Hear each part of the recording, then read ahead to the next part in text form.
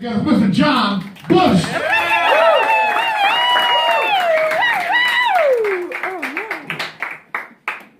How's everybody doing tonight? All right, I'm gonna try my hand at comedy here. One of my few talents. Okay. This is actually, believe it or not, gonna be the toned down version of my act. Primarily because my mom's there in the audience staring at me. She's heard it before. I learned it from her. So, there's a lot of people here tonight. Good crowd. Very good crowd. Give yourself a pat on the back. Yay. Although there were more people that clicked interested on Facebook. But, clicking interested isn't really that much of a commitment, It's not as much of a commitment as getting married. Well, actually, it's not as much of a commitment as having a baby or getting pregnant. Wait a second, it's not as much of a commitment as getting a sex change. Now that's a commitment, right? Pick it up, tuck it in, no turning back from that one. Facebook commitments, it's like taking the DARE pledge. That's how authentic this commitment is.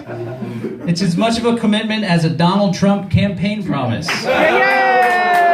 We're gonna lock up Hillary Clinton. Stay out of Syria. Drain the swamp. You ever notice when you're speaking about the truth to people and they don't want to hear it? They just get this dumbfounded cognitive dissonance look on their face. They're like, yeah, we love Trump. He's going to end Obamacare. And you're like, he actually worked against the repeal of Obamacare. What's up with that? And they're like Jack Nicholson. Right? You're like, man, he's going to drain the swamp. And you're like, man, he has Goldman Sachs on his cabinet. What's up with that? The Hillary supporters aren't any better. Like, yay, Hillary Clinton. She's going to stand up for equality and women's rights and stuff. Like, her foundation got millions of dollars from a country that, basically stones and canes women in public. Like, oh, what the hell? See the struggle in their eyes. It's great. When you really push them hard, like, man, she stands for the little guy, economic equality. And you're like, man, she was bankrolled by Goldman Sachs. Like, no, that's fake news. That's a quick, simple thing. So I guess I'm a comedian now. Usually, thank you, yeah. This is like my 7th stand-up act, Mind you, they've all been on the stage of the store that I operate. So the first one I did was a whole lot of fun. And really enjoyed it, did pretty good. And the next Friday, I walk up to Chad and David, who organized the Concious Comedy. I was like, hey man, I had so much fun. You think I could do it again this Friday? And Chad's like, I don't know. He's got that deep voice, Mr. Clean looking motherfucker. I don't know, man, we got a pretty full lineup. And I was like, oh yeah, the event's been going pretty well. I'd hate for you to have to find another venue. Needless to say, I got a booking on each one. So I've been a funny guy. I was in the running for Class Clown my senior year, class favorites. They actually pit me against my best friend, TJ. And I was like, man, what am I gonna do? I gotta win this. My ego's in it. I gotta kick my best friend's ass. But how am I gonna differentiate myself? Because we have all the same bits. We do all our comedy together, What am I gonna do? So I decided I was gonna start a smear campaign against the guy. I told you my ego was involved. I had to do it. Ego wasn't as big and strong as it is now back then. So I decided that I was going to start telling people that he gets off on killing cats. That's right. So I started telling people, whispering people, be like, I don't buy it. So I was like, I got to take this a step further. So I killed 6 cats, put them on his front porch, took photos, posted them online, right? Needless to say, I won the competition, and he ended up in juvie for animal endangerment. But I had to win, man. This is so important. So running an underground bookstore, it's not as glamorous as it may seem. There was once a firebomb plot to blow this place up. No shit, I think someone said, that place is the bomb, and they took it a little too seriously. But it's funny, people always walk down, we got a lot of students and shy people, surprisingly. They come in, walk down the stairs, and they're like seeing all this stuff, like 9/11 and anti-government stuff, and I'm like, what are they thinking? They're probably like, oh my God, am I gonna walk down, there's a bunch of right-wing extremists organizing a terror attack going on down there? No, that's after hours, ladies and gentlemen. That's right. In the liberty movement, we don't call that terrorism, we call it activism. Right, Adam?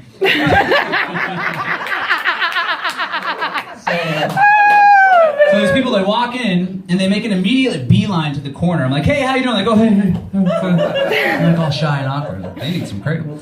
I don't know what they're so afraid of. It's not like I'm going to walk up to them and be like, hey, you want to learn about a global government plot to create a technocratic dictatorship and eliminate 85% of the population using chemtrails, vaccines, and fluoride in the water? You want some kratom? What are they so worried about?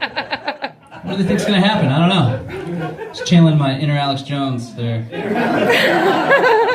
So at the bookstore, we sell kratom. It's about all we sell these days. Federal felony. And I'm like, to fuck with him, I'm like, oh my God, you're serious. Holy shit, and I grab it and run out the door. But that's right, there you go. But for real, one of the most glamorous things about running this store is cleaning up after your piss and shit in the bathroom. That's right. Sometimes we have help. We have some people that help. We pay them to help clean up the piss and shit. But most of the time, it's me. So I don't know what it is about activists, liberty people, especially our comedy shows. People like to just piss all over the floor. So I'm like, how does this even happen? Are y'all's peckers so small that like the pee dribbles down your balls and splashes all over the seat? I'm gonna put a sign on the wall. Please, if you sprinkle, when you tinkle, don't be a fucking asshole and clean that shit up. When you know those little things, the picture with the nose, I'm gonna start hanging out in the bathroom and be like, hey, motherfucker, did I piss on that seat? Of course, Chad Fisher's the only guy. You always know if he's pissing next to you because his head's like, tall motherfucker. Kareem Abdul-Jabbar, motherfucker. Okay. So, I came up with an idea to dispel this. I'm going to start telling patrons that I saw a guy in a black suit collecting DNA samples from the urine. So, I know you guys care about your privacy. But the pee's one thing, that's easy to clean up. The shit, on the other hand, I don't know how you guys do it, but like there's so much force coming out of your ass that the shit hits the water and splashes up on the bottom of the seat. So I walk in there, I'm like, this is pretty clean, not bad. And I lift it up and it's like, it's splattered. Like the toilet seat has freckles of your shit. So I'm like, how does this even happen? I came up with a hypothesis. People are in the store, checking out all this crazy information, and then they're contemplating it in meditation as they take a shit, and they're like, oh my God, a third building fell on 9/11. Holy shit, it wasn't hit by a plane. And they simultaneously have their mind blown and shit blown out of their ass. I don't know how else. It's the kratom. That's the kratom. I don't know how else it's going to happen. So, I'm going to finish it on this one. Actually, a couple more. I'll do a couple more.